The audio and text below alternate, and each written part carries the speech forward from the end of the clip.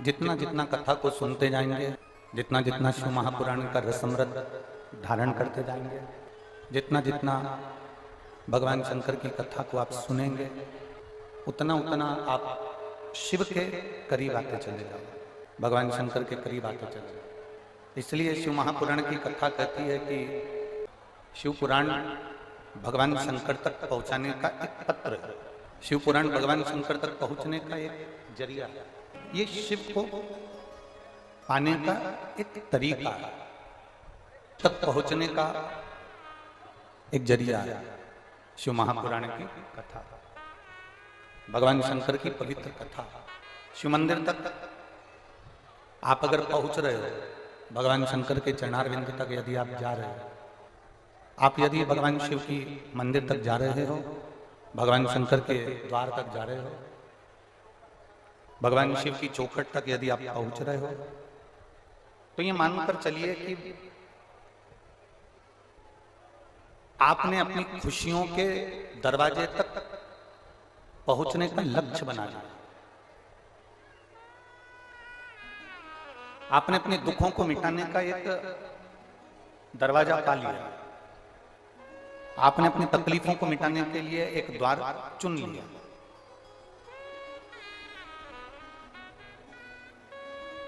शिव महापुराण की कथा कहती है जो शिव का हो गया है, जो एक बार भगवान देवाधिदेव महादेव के मंदिर तक पहुंचकर भगवान शंकर को एक लोटा जल समर्पित करना जो प्रारंभ कर देता है, जो शिव के शिवालय तक पहुंचना जान गया, जो शंकर के मंदिर तक पहुंचना जान गया, जो शंकर की चौखट तक पहुंचना जान गया, तो ये निश्चित मानकर चलना कि तेरी दुख की घड़ी में महादेव भी तेरे दरवाजे तक पहुंचना जान गया। ये निश्चित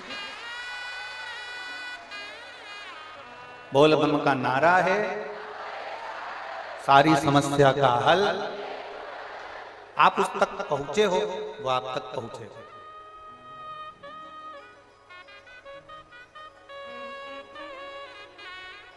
जितना एक शिक्षक अपने स्टूडेंट को नहीं सिखाता, जितना एक गुरु अपने चेले को नहीं सिखाता, जितना एक माता पिता अपने बच्चे को नहीं सिखाता, जितना एक विद्वान से विद्वान व्यक्ति भी किसी व्यक्ति को नहीं सिखाता, संसार में दो चीजें ऐसी हैं जो मनुष्य को अच्छे से अच्छे व्यक्ति को भी जीना सिखा देती है। एक है हमारी गरीबी और दूसरे नंबर पर है हमारे करीबी। एक गरीबी, एक करीबी। करीबी का मतलब होता है जो हमारे करीब में रहने वाले हैं, हमारे परिचित हैं, हमारे साथ उठने बैठने वाले हैं, हमारे साथ रहने वाले हैं, हमारे संग चलने वाले हैं, हमारे साथ आगे बढ़ने वाले हैं, हमारे कदम से कदम मिलाकर चलने वाले हैं, ऐसे करीबी।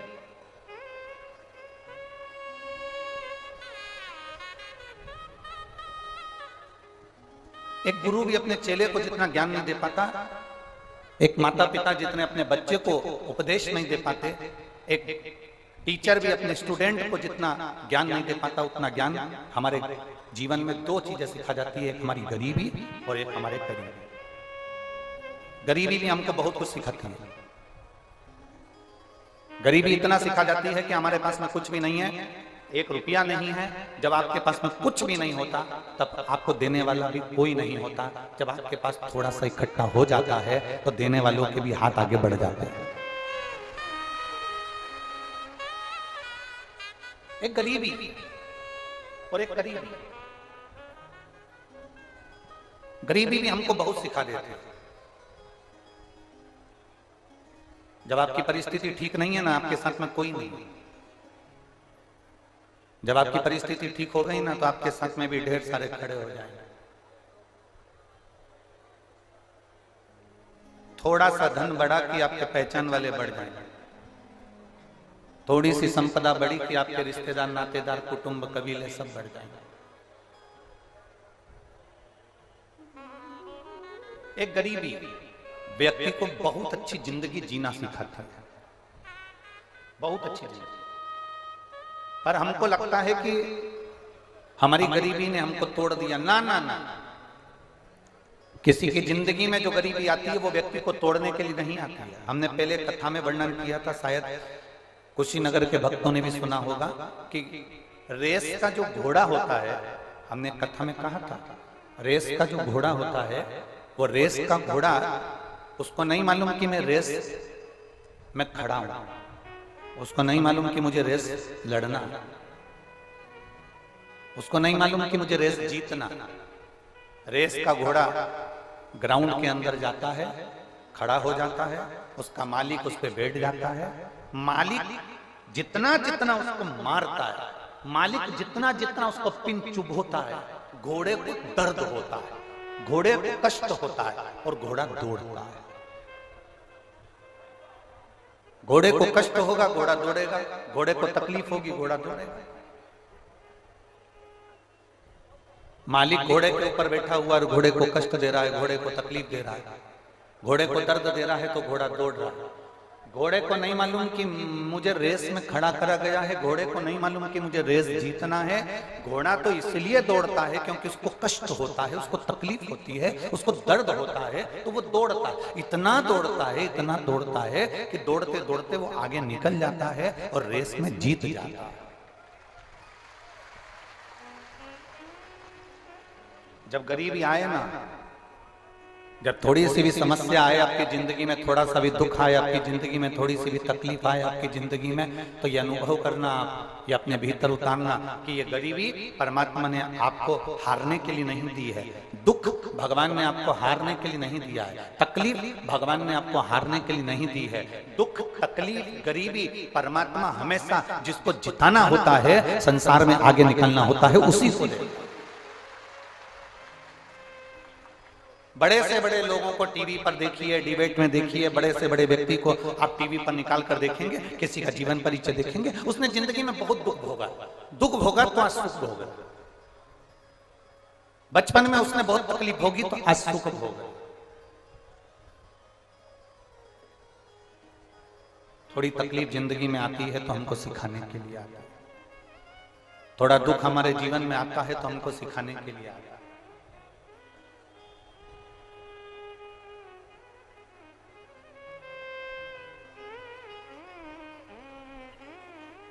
हमसे कई लोग कहते हैं, मेरी कुशीनगर की बहनों, मेरे जीजाओं, मेरी जीजियों, बेटियों, बेटाओं, मेरी माताओं, मेरे भाई, हमसे कई लोग कहते हैं, गुरुजी फेसबुक पे कोई तुमको ऐसा बोल रहा था, तो यूट्यूब पर कोई आपको ऐसा बोल रहा था, तो कोई ने ऐसा बोल दिया।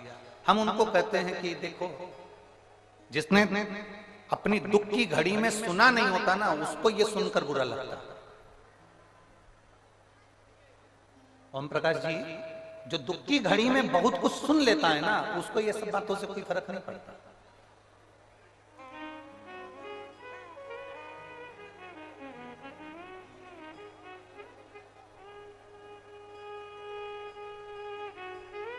बहुत जो सुनता है, बहुत सुनता है, फिर बाद में उसको कोई कुछ भी कहे, उसको कोई फर्क नहीं पड़ता, कोई फर्क नहीं। दरवाजे में हमारी उंगली आ जाती है, दरवाजे में कभी कभी आपकी भी उंगली फंस गई होगी, आ गई होगी।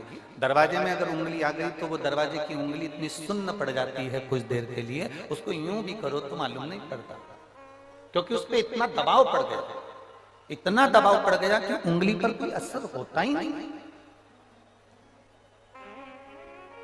वो उंगली दरवाजे में इतनी दब गई कि उस पर कोई इफेक्ट पड़ ही नहीं रहा, कोई अंतर आ ही नहीं रहा, कोई असर आ ही नहीं। ये उंगली पर दबाव पड़ा तो उंगली भी वजन को झेलने की आदत कर लेती है।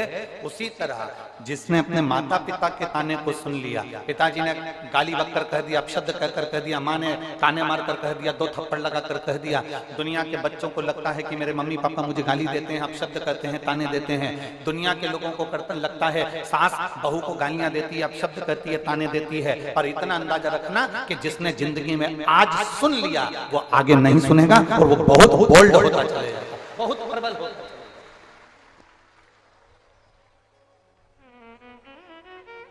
एक गरीबी और करीबी, करीबी मतलब पास में रहने वाले, गरीबी और करीबी ये 2 ऐसे टीचर हैं, ये 2 ऐसे गुरु हैं जो जिंदगी में हर व्यक्ति को उज्जवल बना देते हैं, एक व्यक्ति को आगे बढ़ना सिखा देते हैं। गरीबी में तुमको रहने का तरीका आ जाएगा, गरीबी में तुमको खाने का तरीका आ जाएगा, गरीबी में तुमको पैसे बचाने का तरीका आ जाएगा, गरीबी में तुम्हें पहनने का तरीका आ जाएगा, गरीबी में तुम्हें रहने का तरीका आ जाएगा, गरीबी में तुमको ताने सुनने का तरीका आ जाएगा, गरीबी में अपशब्द सहन करने का तरीका आ जाएगा, गरीबी में तुम्हें ये मालूम पड़ जाएगा कि कौन अपना कौन पराया। और दूसरे नंबर पर होते हैं करीबी, ये भी किसी टीचर से कम नहीं होते, हमारे अपने, ये किसी शिक्षक से कम नहीं होते, ये उसमें के होते हैं कि वक्त पड़ने पर तुम्हें कब धोखा देकर आगे निकल जाए और तुम्हें लात पीछे आगे निकल जाए, ये पता नहीं पड़ता। तो गरीबी और करीबी ये हमेशा टीचर का काम करते हैं, गरीबी और करीबी ये हमेशा गुरु का काम करते हैं, गरीबी और करीबी ये हमेशा शिक्षक का काम करते हैं, ये हमको सीख देने का प्रयास है।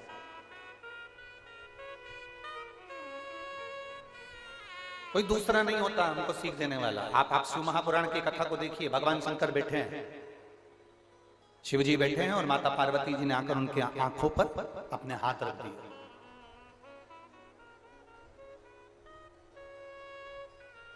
भगवान शंकर जी के नेत्रों पर जैसे पार्वती जी ने हाथ रखा, हाथ रखते से शिव जी के नयन से अश्रु नीचे गिर गए। अश्रु से एक बेटा हो गया जिसका नाम था अंधकासुर, जिसका नाम है अंधकासुर।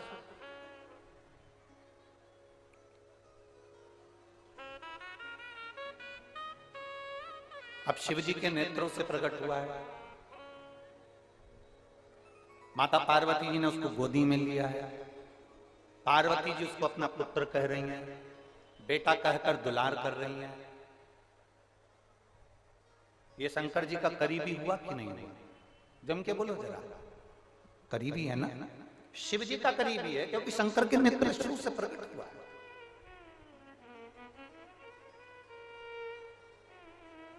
भगवान शंकर के नेत्र शुरू से प्रकटा है। पार्वती जी ने उसका दुलार किया है, पार्वती जी ने उसको पुत्र माना है, पार्वती जी ने उसको स्नेह किया है बेटे की तरह, बेटे के तुल्य। करीबी है। अब यही अंधकासुर शिव जी के कहने पर माता पार्वती जी ने इसको समुद्र में पटक दिया। हिरण्याक्ष ने इसको पाल पोस कर बड़ा कर लिया, हिरण्याक्ष के प्राण छूट गए। अंधकासुर को यह मालूम पड़ गया ना मेरा पिता है ना कोई मेरी माँ है। उसने ब्रह्मा जी का वर प्राप्त करा, ब्रह्मदेव से कहा कि मुझे वर दीजिए कि मैं कभी मरूं नहीं, ये मुझे वर चाहिए।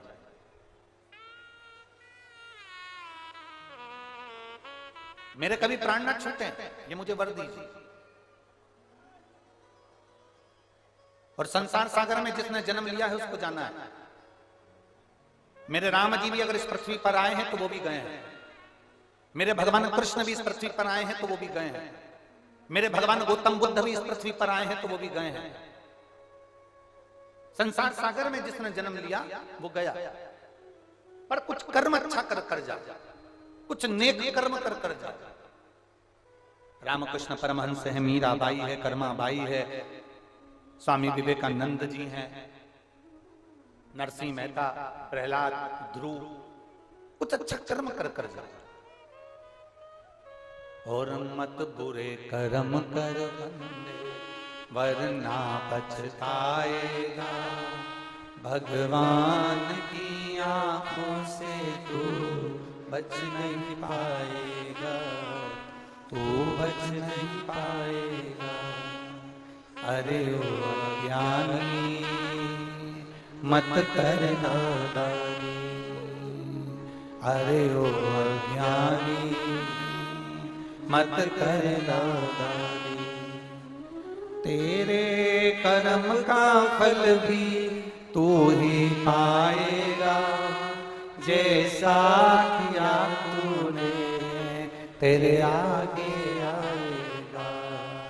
मत बुरे कर्म कर बंदे वरना पछताएगा, भगवान की आंखों से तू बच नहीं पाएगा, तू बच नहीं पाएगा। अरे ओ अज्ञानी मत कर नादानी, अरे ओ अज्ञानी मत कर नादानी। क्यों हम अच्छे कर्म को छोड़कर हम बुरा कर्म क्यों करते?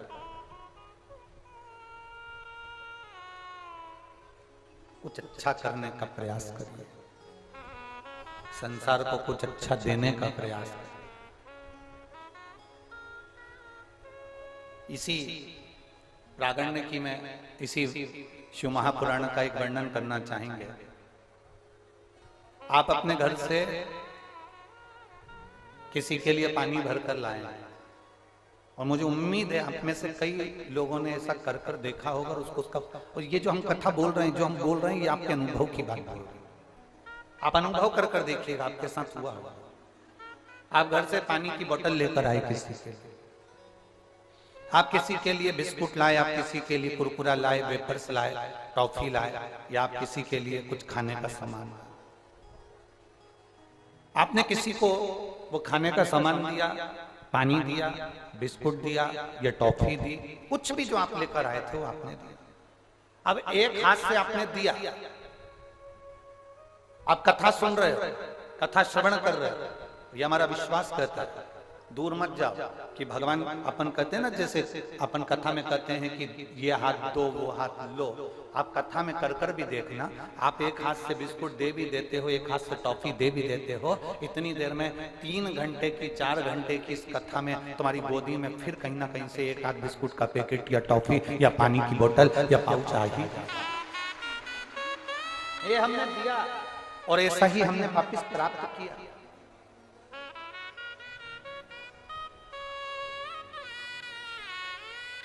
हमें यहाँ का तो नहीं मालूम, परंतु पूनम दीदी कभी मौका लगे तो आप रात्रि को तो आप लोग आते होंगे दर्शन करने यहाँ पर, और मैं कुशीनगर वालों से निवेदन करूंगा, ऐसा नजारा कभी नहीं देखने को मिलेगा। कभी रात्रि को आकर जितने शिव भक्त यहाँ सोते हैं, उनके भजन, उनका कीर्तन, उनकी भक्ति का दर्शन करिएगा, शायद ये वापिस मिले ना मिले, इसका दर्शन जरूर करिएगा। आपने करा? यहाँ रात्रि के समय पर जो आनंद बरसता है, रात्रि के समय पर श्री शिवाय नमस्तुभ्यम, भगवान शंकर की भक्ति, भजन, माताएं बड़े अलमस्त होकर, बड़े अपनी मस्ती में, किसी से मतलब नहीं। शादी में तो नाचोगे तो दूसरे को दिखाने के लिए नाचोगे, यहाँ कौन है? यहाँ तो सियोर वाला महाराज भी दिन में कथा कर कर चले जाता है, रात्रि को कौन है? केवल एक देवाधिदेव महादेव और उसका गण यहाँ पर रहता था।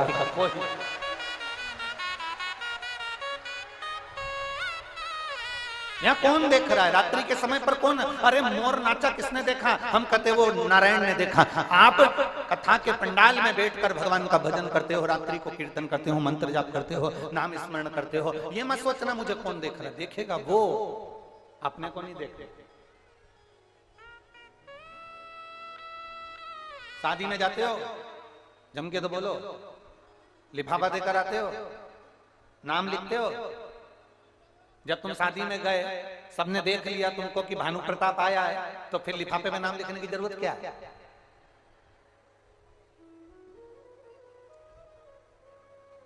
नाम किसके लिए लिखा जाता है? जिसने नहीं देखा हमको कि हम शादी में आए हैं, जिसने नहीं देखा हमको कि हम शादी में आए थे। हमारा काम था, हमने लिफाफा दिया, नाम लिख कर दे दिया, उसने उसको रख लिया। बाद में जब लिफाफा खुला, उसमें नाम निकला भानु प्रताप, राम किशन, हरि किशन, लीलाबाई, कमलाबाई, उसमें नाम निकला। तो लोगों ने कहा कमलाबाई भी आई थी। तो इतने में किसी ने कहा हम, हाँ मेरे से तो मिल के गई। उसने कहा हमसे तो नहीं मिली, हमको दिखी नहीं, पर लिफाफे से मालूम पड़ा कि आई थी। उसी तरह आप आते हो शिव महापुराण की कथा में, आप बैठते हो भगवान शंकर की कथा में, आप बैठते हो शिव महापुराण की कथा में। जब पूरी कथा चलती है, बीच में भजन आता है, भजन के बीच में श्री शिवाय नमस्तुभ्यम बोला जाता है। तुम और हम दोनों मिलकर जब श्री शिवाय नमस्तुभ्यम बोलते हैं, तो ये समझ लेना कि हमने उस महादेव को एक लिफाफा भेज दिया, जिस लिफाफे में नाम लिखकर भेजा है कि ये परमात्मा, हम तुम्हारे नाम का स्मरण कर, उच्चारण कर। एक नाम कीर्तन का एक महत्व है, भगवान की अविरल भक्ति का एक महत्व है। संत, साधु, गुरुजन, महात्मा, जोगी, सन्यासी, तपस्वी, साधक, उपासक, ये सब का जन्म मृत्यु लोक पर होता है। भजन करते हैं, कीर्तन करते हैं, साधना करते हैं और भगवत स्मरण कर कर अपने अपने धाम को फिर चले जाए। साधना करिए और चले। आज हमारी भारत की भूमि के बहुत विद्वान, प्रबल संत, आचार्य भगवान चलते फिरते तीर्थ, चलते फिरते मंदिर, चलते फिरते ग्रंथ श्री आचार्य भगवान श्री श्री विद्यासागर जी महाराज, जिन्होंने अपने संपूर्ण जीवन में तप ज्ञान, दुनिया के लोगों को सतमार्ग बताना, भगवत मार्ग बताना और एक अपने जीवन में एक प्रेरणा प्रदान करना। आज हमारे बीच में आचार्य भगवान श्री श्री विद्यासागर जी महाराज, जो जिन्होंने अपनी ज्योति को परमात्मा में विलीन किया है, इस व्यासपीठ से, शिव महापुराण के माध्यम से और संपूर्ण शिव भक्तों की ओर से इस व्यासपीठ से पूज्य गुरुदेव के शरीर छोड़कर ये ज्योति परमात्मा में आज इनकी विलीन हुई है। आज इनकी समाधि इन्होंने ली है। ऐसे पूज्य संत श्री श्री विद्यासागर जी महाराज जी को इस पवित्र शिव महापुराण की भव्य आयोजन से सत सत नमन, श्रद्धांजलि और उनके पावन चरणों को नमन नमन नमन। ऐसे पूज्य गुरुदेव के पावन चरणों को नमन करते हैं। आप और हम परम पूज्य श्री श्री विद्यासागर जी महाराज के लिए 5 बार श्री शिवाय नमस्तुभ्यम का स्मरण करते हैं। श्री शिवाय नमस्तुभ्यम, श्री शिवाय नमस्तुभ्यम, श्री शिवाय नमस्तुभ्यम, श्री शिवाय नमस्तुभ्यम, श्री शिवाय नमस्तुभ्यम। आज भारत की भूमि पर एक संत का जाना, ये पूरे भारत की भूमि पर बहुत बड़ी क्षति है। जैन मुनि संत श्री विद्यासागर जी महाराज कोई साधारण नहीं थे, जिन्होंने तप बल के माध्यम से जनमानस को प्रेरणा दी है।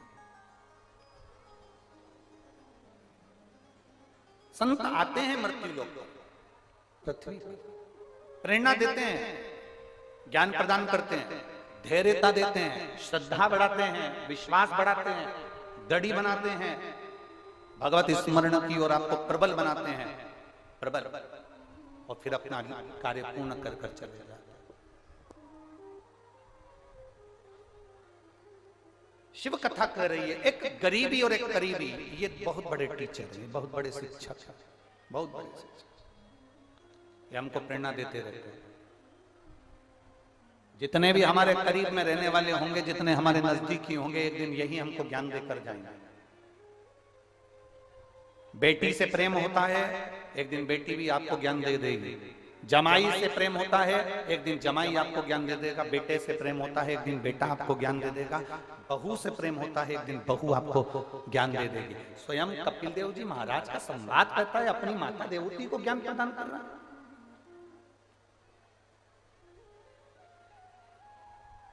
एक बेटा क्या अपने माँ बाप को ज्ञान दे सकता है? यहाँ कपिल मुनि का संवाद कर रहा है, अपनी माता पिता को ज्ञान दिया, अपनी माता देवती को ज्ञान दिया। माँ किस प्रपंच में पड़ी है, किस संशय में पड़ी है माँ? ये शरीर वापिस नहीं मिलने वाला, ये मानव की देह वापिस नहीं मिलने वाली, बहुत मुश्किल से मिली है, बहुत मुश्किल से।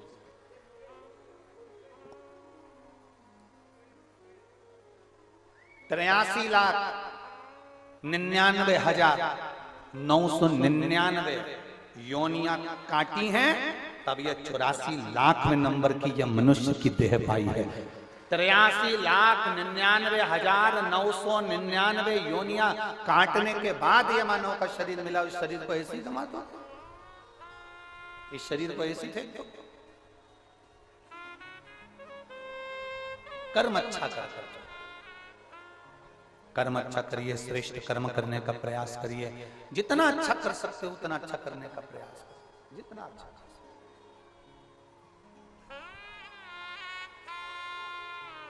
और मेरे भोले तेरा सहारा है, मेरे भोले तेरा सहारा है, मेरी नैया का तू किनारा है, मेरी नैया तू किनारा है, मेरे भोले तेरा सहारा है, मेरे भोले तेरा सहारा है, मेरी नैया का तू किनारा है, मेरी नैया का तू किनारा। मिला अच्छा कर्म कर। 83,99,999 योनियां काटने के बाद ये 84,00,000वें नंबर की यह मानव की देह मिली है। इस मानव की देह को व्यर्थ मत जाने देना। अगर एक लोटा जल तुम शिव जी को समर्पित कर रहे हो तो तुम्हारी जिंदगी कभी बेकार नहीं हो सकती, क्योंकि शंकर को चढ़ाए गए जल का स्पर्श इस शरीर को हो जाता है तो ये शरीर भी पवित्र बन जाता है। पवित्र पारसमणि। आज कोई सवेरे पूछ रहा था, गुरुजी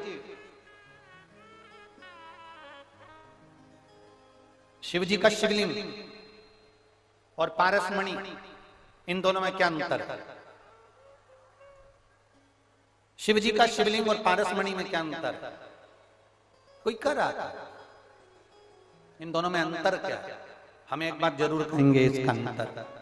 पारसमणि और भगवान शंकर के शिवलिंग में एक अंतर भारी है। पारसमणि केवल लोहे को छूती है, धातु को छूती है और सोना बना देती है, और शिवलिंग वो है इसको जो छू लेता है वो कुछ भी हो, चाहे वो पत्ती हो, पुष्प हो, पक्षी हो, पशु हो, चाहे मनुष्य हो, वो स्वयं आप रूप परमात्मा का हो जाता है। सोना नहीं, वो परमात्मा का हो, भगवान का हो गया, वो परमात्मा का हो गया। एक पत्र है, देखिए।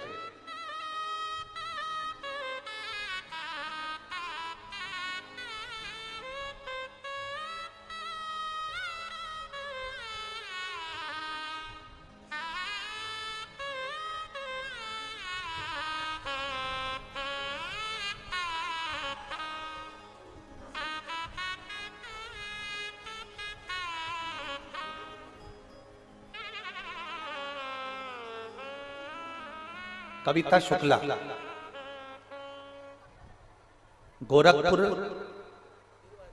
बिहिया PSC कैंप के रहने वाले हैं। कहीं बैठी हो तो हाथ हिला सकते हैं।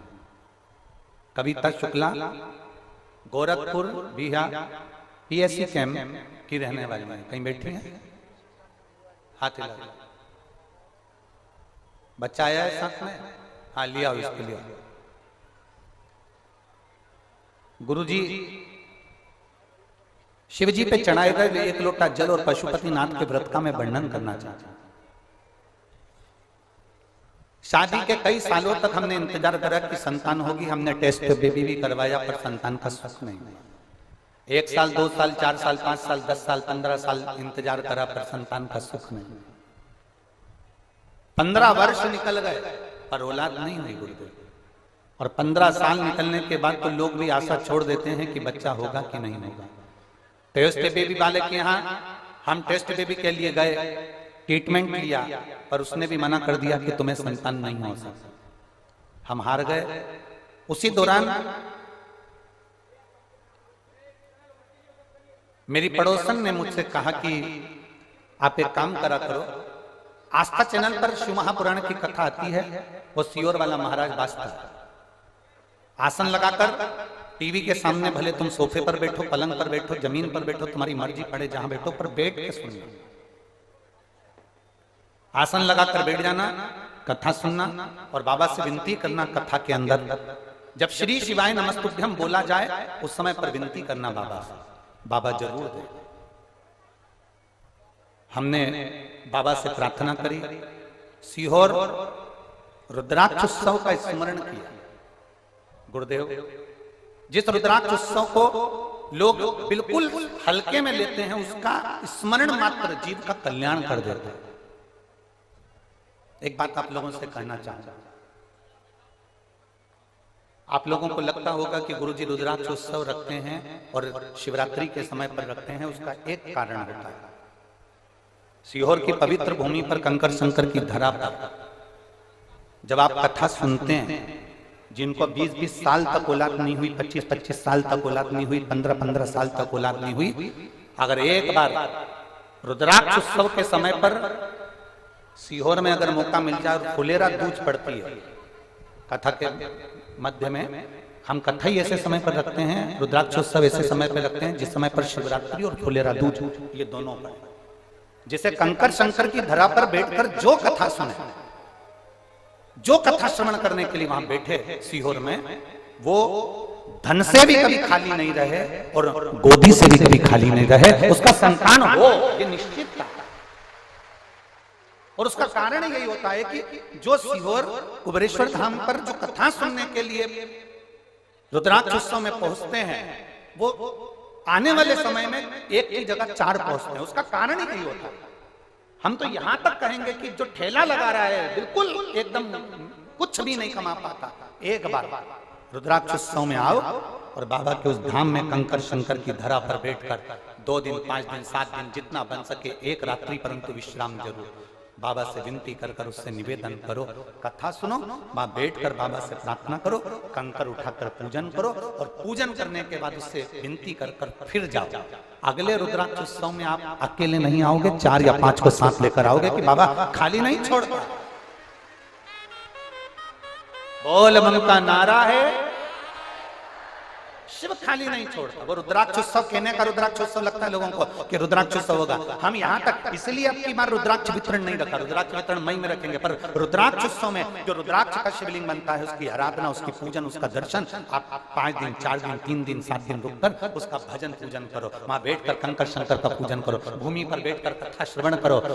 12 ज्योतिर्लिंग के मध्य में ये कुबेरेश्वर धाम की भूमि है जहां बैठकर हम भगवान की भक्ति करते हैं। इस बहन ने लिखा 15 साल तक आस छोड़ दी थी कि संतान नहीं होगी, पर हमने आसन लगाकर रुद्राक्ष उत्सव का स्मरण कर कथा का रसपान किया, बाबा से विनती करी और बाबा ने ऐसी कृपा करी गुरुदेव, जो डॉक्टरों ने भी मना कर दिया था, 15 साल के बाद मुझे संतान की प्राप्ति हुई। मैं बाबा को यहाँ प्रणाम करने के लिए 15 वर्ष के बाद जो औलाद दे दे वो साधारण नहीं है।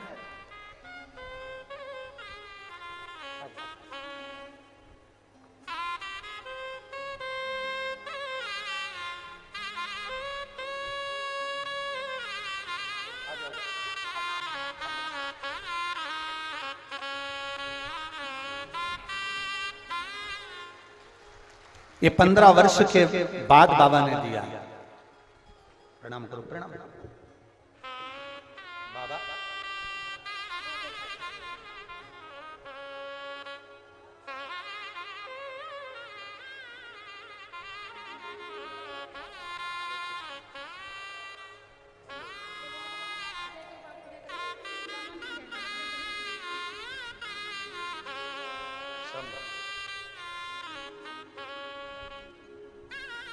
इसमें इन्होंने लिखा कविता शुक्ला ने, गुरुदेव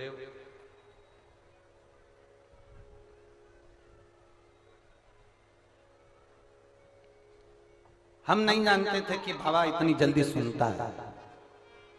इन्होंने पत्र में लिखा हम नहीं जानते थे कि शिव इतनी जल्दी सुन लेता है।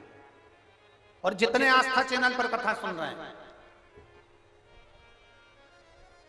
जितने आस्था चैनल पर कथा सुन रहे हैं,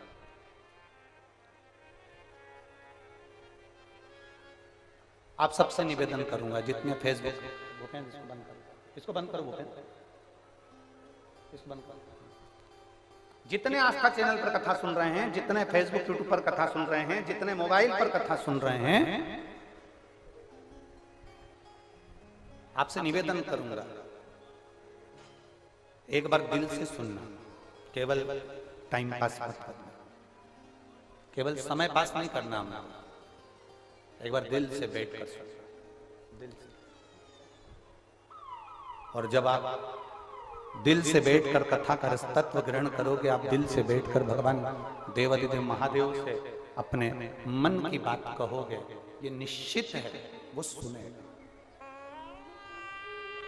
वो सुनता है, खाली नहीं छोड़ता, खाली नहीं छोड़ता। और फिर कहूंगा, खाली ना जाता कोई दर से तुम्हारे, खाली न जाता कोई दर से तुम्हारे, मैं भी खड़ा हूँ नंदी बांधे फसाए, अपने हृदय से लगा लो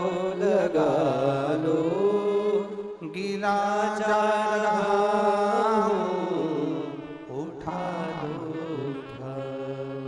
भोले अपने दर से अब तो लौटा लो, गिरी जा रही हूँ उठा लो।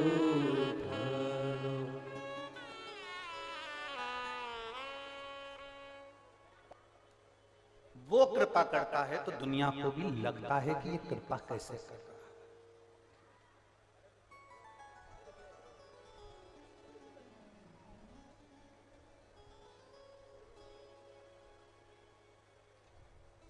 आप रोज शिव जी को जल चढ़ाने जाओ, रोज जल चढ़ाओ,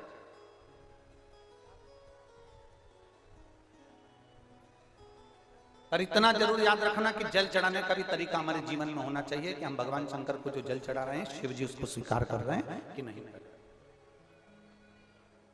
जब से आपने शिव महापुराण की कथा सुनना चालू करी, इसके पहले भी आप शंकर जी के मंदिर जाते थे? बोलो री जी, जाते थे कि नहीं जाते थे? जब से आपने शिव महापुराण की कथा सुनी, इसके पहले भी आप शंकर के मंदिर जाते थे, जल चढ़ाने जाते थे, सोमवार को जाते थे, शिवरात्रि को जाते थे, सावन महीने में जाते थे। बोलो बोलो, जम के जाते थे ना। अब पहले का जल चढ़ाना और अभी का जल चढ़ाने में अंतर क्या आ गया? क्योंकि पहले तुम जो जल चढ़ाते थे, शंकर भगवान को जानते नहीं थे कि जल किस तरह से चढ़ना है, कहाँ चढ़ना है, अशोक सुंदरी कहाँ है, माता पार्वती कहाँ है, गणेश जी का स्थान कहाँ है, बेलपत्री का महत्व क्या है, शमी पत्र का महत्व क्या है, शंकर के गुणगान का महत्व क्या है, श्री शिवाय नमस्तुभ्यम का महत्व क्या है, ये हमको मालूम नहीं था। ये हमारे स्मरण में नहीं था। अब तुम जान गए, अब तुम पहचान गए कि जल चढ़ाने का महत्व क्या है, कहां जल चढ़ा, कहां जा, अब तुम्हें स्मरण में आ गया। किसी होटल में जाइए, वहां पर वाईफाई लगा रहता है। बोलो बोलो जम के, अच्छे से तो बोलो, लगा रहता है कि नहीं लगा रहता है? लगा रहता है। रेलवे स्टेशन पर जाइए, वहां भी वाईफाई लगा रहता है। बोलो जम के, सही है। एयरपोर्ट पर जाइए, वहां पर भी वाईफाई लगा रहता है। किसी मंदिर में जाओ, वहां पर भी वाईफाई लगा रहता है। किसी तीर्थ में जाओ, वहां पर भी वाईफाई लगा रहता है। क्या आपका मोबाइल चल जाएगा? मैं वाईफाई लगा, कब चलेगा? जम के बोलो जरा, कब चलेगा? जब उसका पासवर्ड तुमको मालूम होगा, तुम अपने मोबाइल में उसको फिट करोगे और पासवर्ड मालूम होने के बाद वो वाईफाई से तुम्हारा मोबाइल कनेक्ट होगा। और जब वाईफाई कनेक्ट होगा तो ये पक्का है, ये निश्चित है कि फिर तुम्हारा मोबाइल कनेक्ट होने के बाद चलेगा। वाईफाई लगा है, वाईफाई लगा,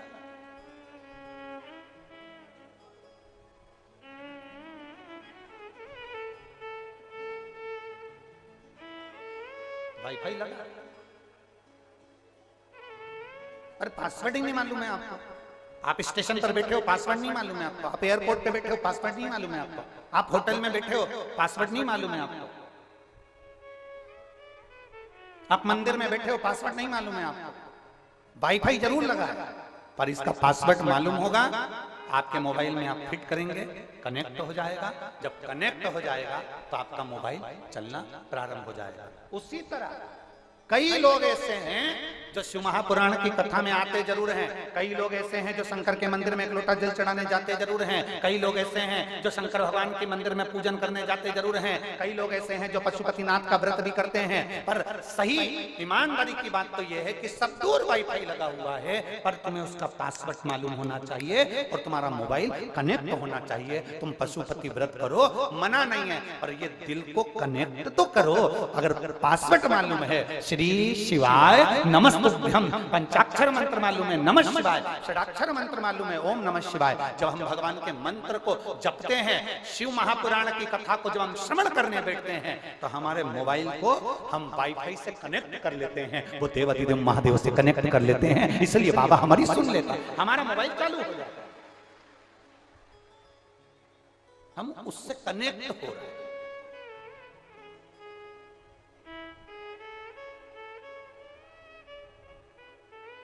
अगर हम कनेक्ट नहीं होते तो बाबा सुनता भी नहीं। हमको तुम्हारा भाग्य देखना नहीं आता, बहुत बहुत ध्यान दीजिएगा। आप सियोर वाले महाराज को यह मत समझना कि ये कहीं का ज्योतिष आचार्य होगा, कहीं बहुत बड़ा विद्वान महाराज होगा, ना ना ना ना। हमको तुम्हारा भाग्य देखना नहीं आता, हमको तुम्हारा कल देखना नहीं आता, हम नहीं देख पाते कि किसका भाग्य में क्या लिखा है।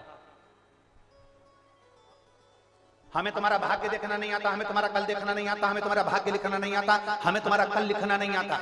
हम तुम जो पत्र लिखकर भेजते हो हम वो पढ़ते, हम इन पत्रों को भी नहीं लिखते, हम तुम्हें पहचानते भी नहीं, क्योंकि ये सियोर से ये कुशीनगर 1200 किलोमीटर दूर है, हमारा कभी आना भी नहीं हुआ, हमारा कभी आना नहीं,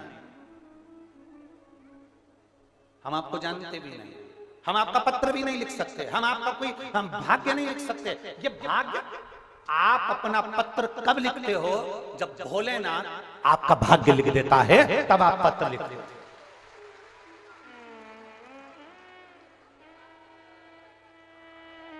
सियोर वाला महाराज पत्र नहीं लिखता, सियोर वाला महाराज कुछ पत्र में नहीं लिखेगा, सियोर वाला महाराज तुम्हारा भाग्य नहीं लिखेगा, पर भोलेनाथ पर जल चढ़ाते चढ़ाते चढ़ाते चढ़ाते पशुपति व्रत करते करते, जब तुम भगवान का भजन करते करते शिव पुराण सुनते सुनते तुम्हारा वो वाईफाई से तुम्हारा मोबाइल, तुम्हारा दिल जब कनेक्ट हो जाता है, तो वो शंकर तुमको चलाना सिखा देता है, और तुम्हारा जब कार्य पूर्ण करता है तो तुम पत्र लिखते हो, ये दूसरा कोई नहीं लिखता, हमें नहीं लिखता आपका पत्र।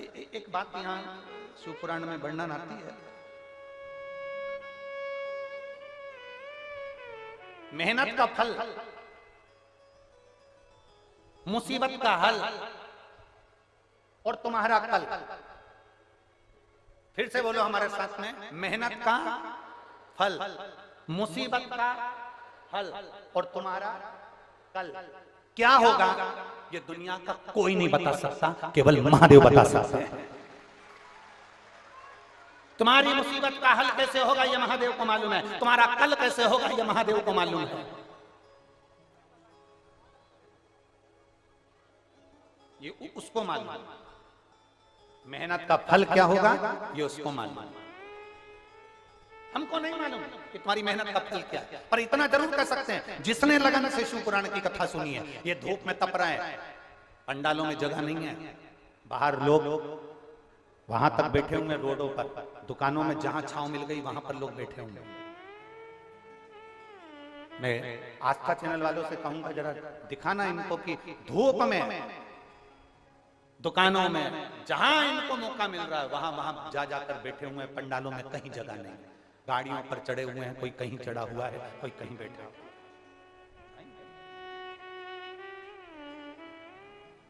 इतना जरूर कहूंगा कि तुम जो मेहनत कर कर यहाँ तक पहुंचे हो, पैदल चलकर तुम यहाँ तक पहुंचे हो, तुम्हारी मेहनत का फल, और तुम जिस लिए आए हो कि मैं बड़े मुसीबत में फंसा हुआ हूं, मेरा बाबा इसका हल निकालेगा, मुसीबत का हल और जो आने वाला तुम्हारा कल है, ये तीन चीजें मेरा महादेव तुम्हें जरूर सफल बनाकर भेजेगा, निश्चित। और शंभू शरण पड़ी मांगो घड़ी रे घड़ी, दुख काटो दया करी ने दर्शन शंभो शरण पड़ी मांगू घड़ी रे घड़ी दुख काटो दया करीने दर्शन आपको। देता जरूर है। आपका विश्वास जिस दिन कनेक्ट हो गया वाईफाई से, मोबाइल जिस दिन कनेक्ट हो गया, अगर पासवर्ड मालूम है तो कनेक्ट हो जाएगा। यहाँ बैठे हो और तुम्हारा दिल कनेक्ट हो गया कि महादेव है और मेरी दुख की घड़ी में मेरा महादेव मेरे साथ होगा। जिस दिन तुम्हारे मन ने यह मान लिया कि अब मैं नहीं डरूंगी, अब मैं काम करूंगा, दिल से करूंगा और मेरे साथ मेरा शंकर कंकर चलेगा, कुबेरेश्वर महादेव चलेगा। एक पत्र है, एक पत्र में लिखा,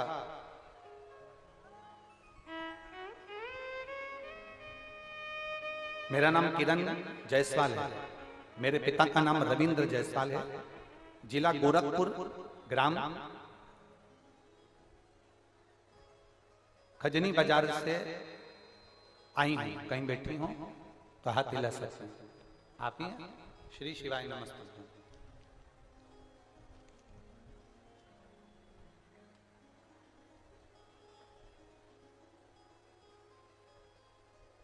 पत्र में अच्छी बात लिखी है, गोरखपुर में भी कथा बाबा होना चाहिए, लिखा है।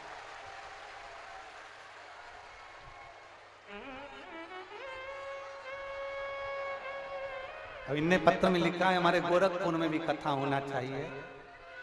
वहां मेरे शंकर के गोरखपुर में मेरे शंकर के दो रूप रहते हैं, एक गोरखनाथ, एक योगीनाथ।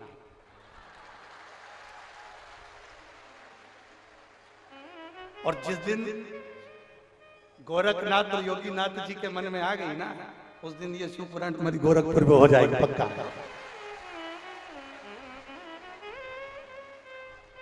ये गोरखपुर में हो जाएगा। गुरुजी, मेरा नाम किरण जायसवाल है, मेरे पिता का नाम रविंद्र जायसवाल है। रविंद्र जी आए हैं क्या? हाथ हिलाओ, आ जाइए रविंद्र जी, आप आओ। और किरण जायसवाल भी उनके साथ में आ जाइए, बस दो जनी आ जाओ, किरण जायसवाल जी, रविंद्र। मेरा नाम किरण जायसवाल है, मेरे पिता का नाम रविंद्र जायसवाल है, जिला गोरखपुर, ग्राम खजनी बाजार से आई हूं। मैं एक लोटे जल का वर्णन करना चाहती हूं गुरुदेव। हम कभी शिव जी के मंदिर नहीं जाते थे, हम शंकर का गुणगान नहीं करते थे। पहली बार आपकी कथा केवल मोबाइल के माध्यम से सुनी थी और आपसे भी निवेदन करते, आपके पास में अगर शंकर की कथा, कुबेरेश्वर धाम की कोई लीला, भगवान शिव की कथा का कोई क्लिप अगर आपके पास में आता है, इस पवित्र शिव महापुराण की कोई क्लिप आपके मोबाइल पर आती है, तो आपको भी फर्ज बनता है कि सारे ग्रुपों में भेजा करो। हो सकता है किसी का भाग्य खुल जाए, किसी का भविष्य अच्छा हो जाए, भेजा करो।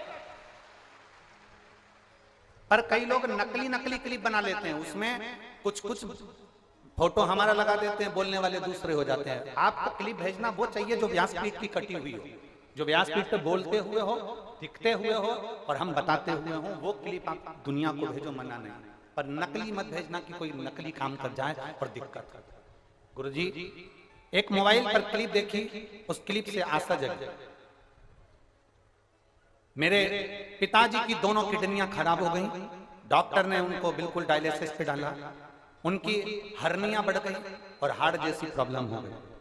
पलंग पर रहना, किडनियों ने काम करना बंद कर दिया। डॉक्टर के हिसाब से तो ये किडनी ट्रांसप्लांट करना पड़ेगी, कोई हो तो दे। अब इस अवस्था में कौन किडनी कहां से बदलेगा, कौन देगा, पैसा कहां से आएगा, कैसे होगा? बाबा, केवल आपकी एक मोबाइल पर क्लिप देखी थी कि पीपल का पत्ता गलाकर उसका पानी शिव को चढ़ाकर उसका आचमन सुबह सुबह करना था, जिसमें अवधूतेश्वर महादेव का आपने नाम दिया। भगवान शिव ने ऐसी कृपा करी गुरुदेव, 15 दिन के बाद हमने वो प्रयोग करा। प्रयोग करने के बाद हम डॉक्टर को दिखाने के लिए गए और दिखाने के लिए गए तो डॉक्टर के हिसाब से दोनों किडनियों ने काम करना प्रारंभ कर दिया। हम बाबा को धन्यवाद देने के लिए आए हैं, ये बाबा की कृपा है। इन्होंने एक लाइन बहुत अच्छी लिखी है कि लुटा दिया भंडार काशी वाले ने, कर दिया माला काशी वाले। गुरुजी, मैं अपना मोबाइल नंबर देती हूँ, मैं छाती ठोक कहती हूँ कि मेरा देव महादेव जब भी देता है छप्पर फाड़ कर देता है। ये शिव तत्व ये त्रिकालदर्शी है कैलाश। बोल बम का नारा है, शिव तत्व को जाना, भगवान शंकर की अविरल भक्ति को पहचानो।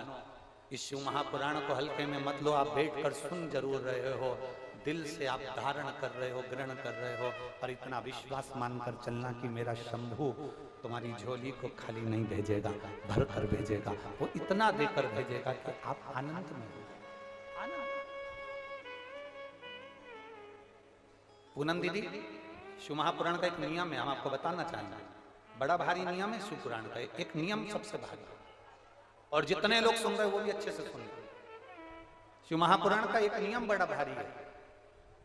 एक बार जो शिव पुराण की कथा करवा लेता है, बाबा उसकी झोली इतनी भर देता है कि वो 2 साल में वापस कथा लेने के लिए आ जाता है। ये शिव पुराण का बड़ा भारी, इतना बाबा दे देता है। अजय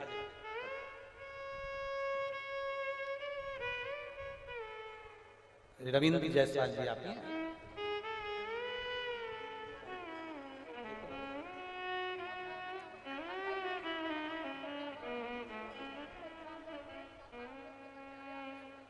ठीक है ना, बता।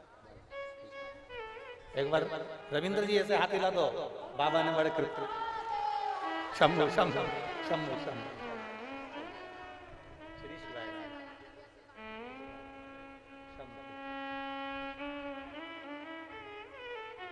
तेरे दरबार की बाबा निराली शान देखी है, तुझे देते नहीं देखा, पर झोली भरी देखी है। मुख दुनिया मोड़े बाबा तू मुखड़ा, मेरी लगी परी तीनू बाबा तुए भरोसा। पशुपति व्रत करो। कई माताएं व्रत करती है केवल दिखावे के लिए, किसी ने बताया कि ना ना ना, विश्वास है तो करो, नहीं तो मत करो। अगर भरोसा रखकर व्रत किया है पशुपतिनाथ का, तो एक व्रत में ही काम हो जाए। भरोसा वो वाईफाई से कनेक्ट दिल नहीं हो पाया, मोबाइल नहीं हो पाया, पासवर्ड मालूम ही नहीं था, तुम बैठे रहे मोबाइल लेके, तो क्या मतलब है ऐसा? मंदिर में दिया जला के बैठे रहे तो क्या मतलब? इसको कनेक्ट तो करो, इसको जोड़ो तो सही। और ये जोड़ोगे कब? जब एक बार जिंदगी में शिव महापुराण की कथा सुनोगे और तुम्हारे अंदर विश्वास जाग जाएगा कि मेरा बाबा मेरे साथ में है, मेरा शंभु मेरे साथ में है, मेरा शंकर मेरे साथ में है।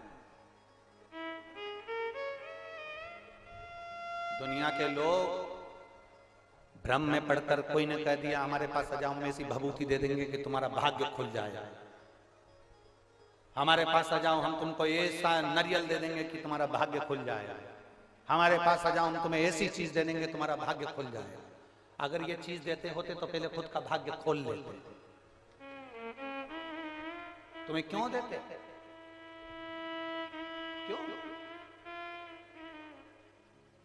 एक पति पत्नी भ्रमण कर रहे थे, घूमते घूमते वो एक जंगल में पहुंचे। पति पत्नी दोनों जंगल में गए। अब पति पत्नी जंगल में जाते जाते उन्होंने देखा कि सामने कोई महात्मा जी का झोपड़ा, कोई महात्मा जी का घर, झोपड़िया है, झोपड़ा है। महात्मा जी का झोपड़ा देखा तो उन्होंने कहा चलो अंदर चल के महात्मा जी को प्रणाम कर ले। दोनों पति पत्नी बड़े प्रेम से जा रहे हैं, और पति पत्नी दोनों प्रेमवश जा रहे हैं। महात्मा जी के जैसे ही झोपड़े में जाने लगे तो झोपड़े के बाहर क्या देखा कि सामने बहुत सारा कबाड़ा पड़ा था, बहुत सारा सामान पड़ा था। उस सामान में सोने का दिया पड़ा, सोने का दीपक। महात्मा जी के झोपड़े में, महात्मा जी की कुटिया में, महात्मा जी के भवन में प्रवेश करते करते क्या देखते हैं कि कबाड़े में, एक कबाड़े में साइड में, महात्मा जी के दरवाजे के बाहर एक कोने में, कबाड़े में सोने का दिया पड़ा, सोने का। और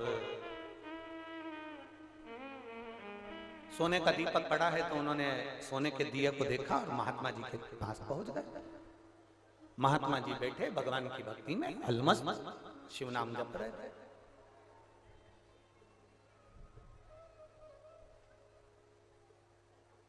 अपनी मस्ती में डूबे। हर हर महादेव शंभो काशी विश्वनाथ शंभो। हर हर महादेव शंभो काशी विश्वनाथ काशी विश्वनाथ शंभो। हर हर महादेव शंभो काशी विश्वनाथ शंभो। हर हर महादेव शंभो।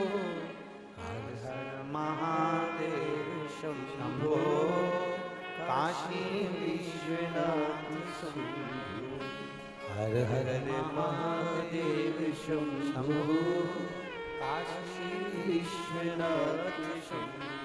महात्मा जी बैठे हैं, शिव नाम जप रहे हैं। दोनों दंपति, दोनों पति पत्नी महात्मा जी के पास पहुंचे, प्रणाम करा। महात्मा जी तो नेत्र बंद करके भगवान की भक्ति कर रहे, शिव भक्ति में डूबे हो बैठे अलमस्त, भगवान शंकर की भक्ति में अलमस्त होकर बैठे।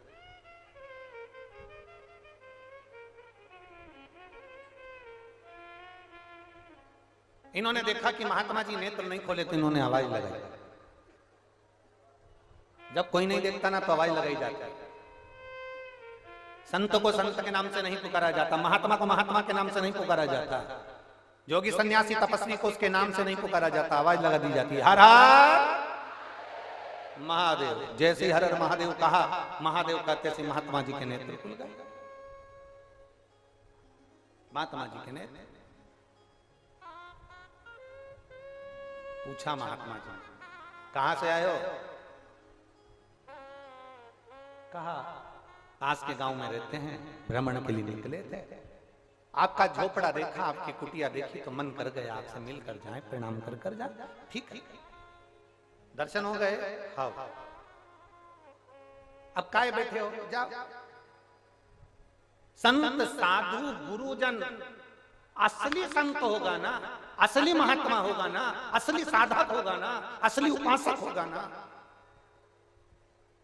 असली अगर संत है, असली अगर गुरु है तो वो तुमको 10 मिनट भी अपने पास नहीं बैठने देगा, नहीं बैठे।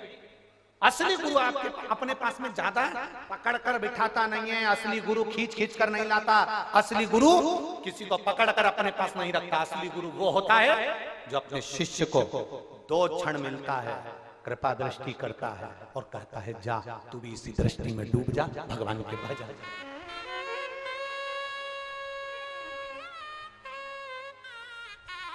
राम जी के मंदिर में बैठने की जगह होती है, भगवान कृष्ण के मंदिर में बैठने की जगह होती है, दत्त भगवान के मंदिर में बैठने की जगह होती है, देवी जी के मंदिर में बैठने की जगह होती है, शनि महाराज के मंदिर में बैठने की जगह होती है, गुरु महाराज के मंदिर में बैठने की जगह होती है, हनुमान जी के मंदिर में बैठने की जगह होती है। पर शंकर भगवान का जहां शिवलिंग होता है, जो गर्भगृह होता है, उसमें बैठने की जगह नहीं होती है। इतना गीला होता है, इतना गीला होता है कि धोती पांव ऊपर करके तुमको जल चढ़ाना पड़ता है, वहां बैठते नहीं हो। शंकर जी से पूछा तुम्हारे मंदिर में लोग बैठते क्यों नहीं है? शंकर भगवान ने कहा असली जो गुरु होता है वो किसी को अपने पास बैठने नहीं देता। वो कहता है जैसी मैं मस्ती में डूबा हूं, मेरी कृपा दृष्टि पाकर तू भी मस्ती में डूब जा, मेरे पास बैठकर समय बर्बाद मत करो, अपने घर जाओ, आनंद पाओ, अलमस्त रहो, दूधो नहाओ, पूतो फलो, हमारे पास क्यों बैठते हो?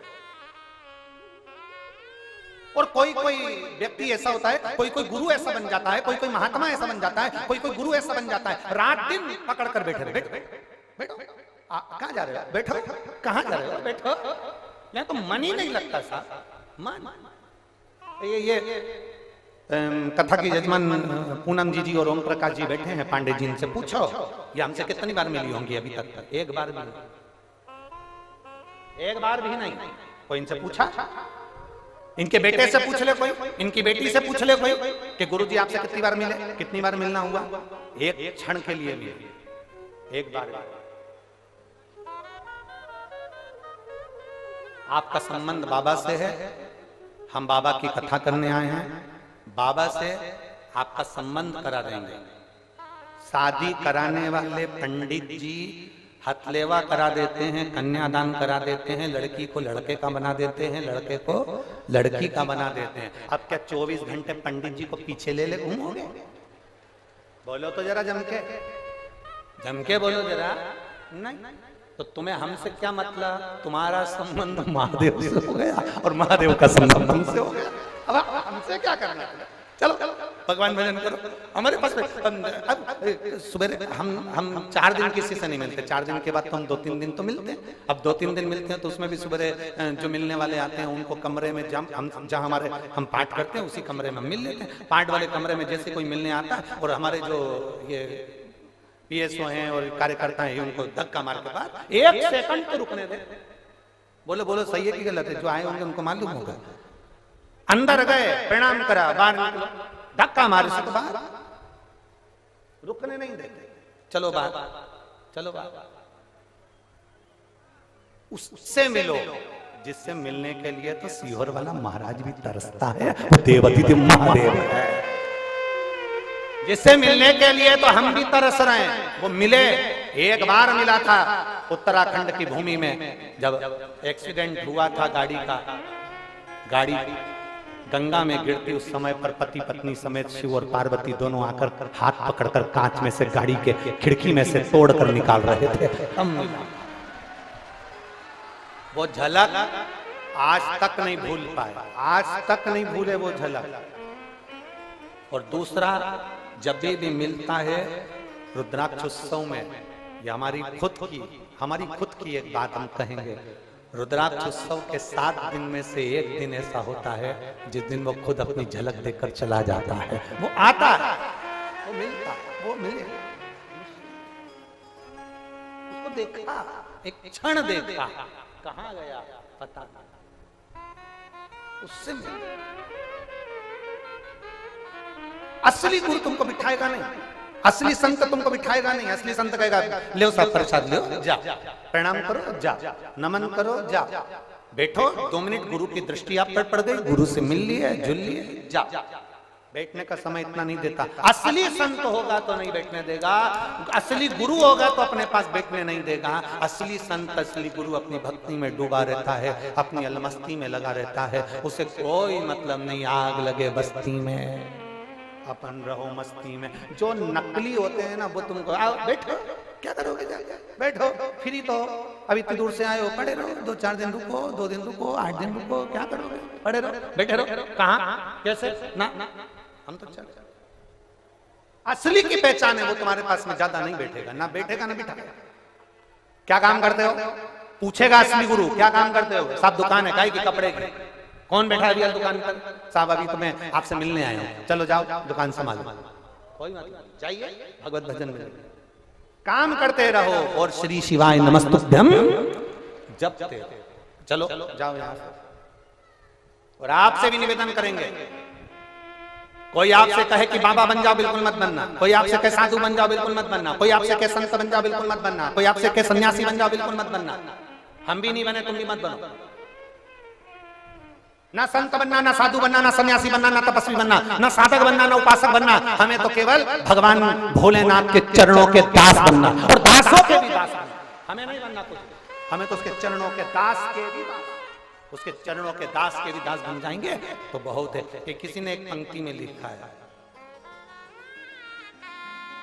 भोलेनाथ जी के लिए किसी ने लिखा, अरे इस नगरी के कंकर पत्थर हम बन जाए, इस नगरी के कंकर पत्थर हम बन जाए। मेरे कुबेर भंडारी की भूमि के लिए लोग लिखते हैं, कुबेरेश्वर धाम के लिए लोग लिखते हैं कि उस कुबेरेश्वर धाम के इस नगरी के कंकर पत्थर हम बन।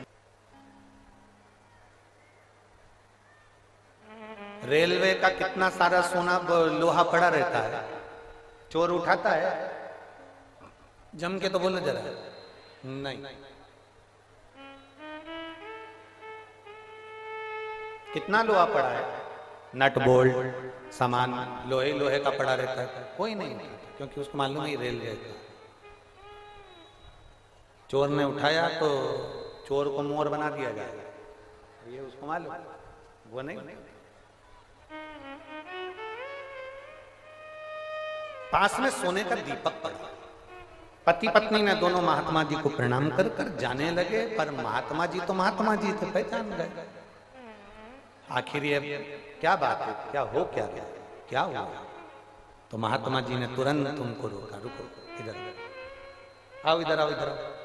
जी जी क्या बात है?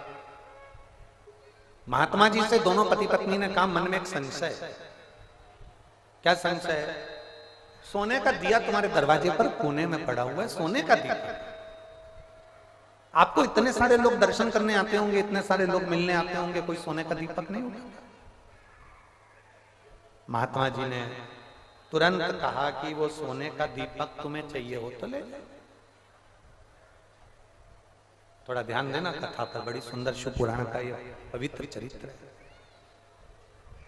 सोने का दीपक अगर तुमको चाहिए तो ले जाओ, पक्का पक्का ले जाऊं, ले जाओ।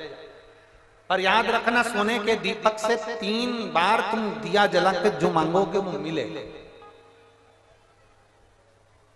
3 बार जो मांगा जाएगा मिलेगा।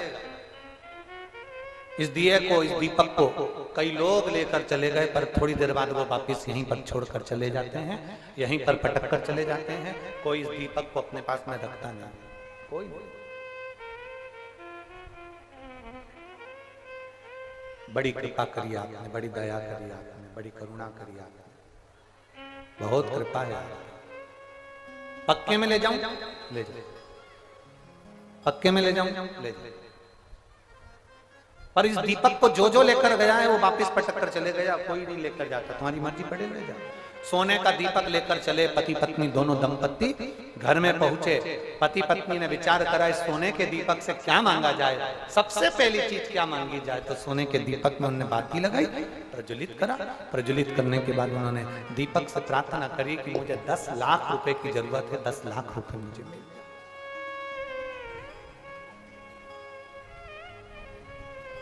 क्या मांगा? शिव महापुराण की कथा कहती है, भगवान शंकर का चरित्र कहता है, भगवान शंभू का पवित्र चरित्र कह रहा है, देवाधिदेव महादेव का चरित्र कह रहा है। भगवान के दरवाजे पर जाकर अगर मांगना तो सबसे पहली चीज मांगना कि सर्वप्रथम जो दुनिया का पहला सुख है, निरोगी काया।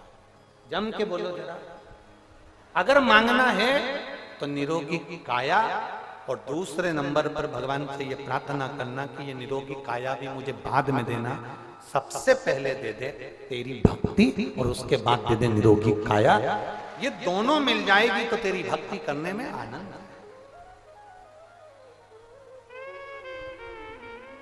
ये दोनों, और कृपा की ना हो जो आदत तुम्हारी, तो सुनी गिरे अदालत तुम्हारी, तो सुनी रे अदालत तुम्हारी। गरीबों के दिल में जगा तुम न पाते, तो किस दिल में होती इबादत तुम्हारी। दिया लेकर गए, हाथ जोड़कर मांगा, 10 लाख रुपए मिल गए। कितने लाख? जम के बोलो जरा। 10 लाख। दिया जलाकर 10 लाख रुपए मांगे। सवेरे दिया जलाकर मांगा था, शाम को 4 बजे एक व्यक्ति दरवाजा बजाया, और दरवाजा बजाकर उसने बैग उठाकर, उसने बैग लेकर, वो बैग आवाज लगाई, दरवाजा बजाया, अंदर से दंपत्ति बाहर निकल कर आए। उन्होंने पूछा, आप कौन हो, कैसे आना हुआ, किस लिए आया? उसने कहा, इस बैग में 10 लाख रुपए हैं और ये पत्र, एक पत्र को एक लिफाफे में डालकर वो पत्र भी दे गए। ये 10 लाख रुपए हैं और ये पत्र है, ये लीजिए। दोनों दंपत्ति बड़े खुश हो गए। हमने सवेरे तो भगवान से 10 लाख रुपए मांगे थे और शाम को 4 बजे 10 लाख रुपए आ गए। बड़ी कृपा करी भोलेनाथ ने, बड़ी कृपा करी परमात्मा ने। महात्मा जी ने कहा था, इस दिए से जो मांगोगे वो मिल जाएगा। 10 लाख रुपए प्राप्त हो। अब पत्र पढ़ा जाए कि पत्र में लिखा क्या। जो पत्र निकाला, पत्र को पढ़ा तो उस पत्र में लिखा हुआ था कि ये जो 10 लाख रुपए आपको दिए हैं, आपका बेटे का एक्सीडेंट मेरी गाड़ी से हो गया था, आपका बेटा मेरी गाड़ी से मर गया, उसके हर्जाने में मैंने ये 10 लाख रुपए आपको दिए। दोनों दंपत्ति रोने लगे।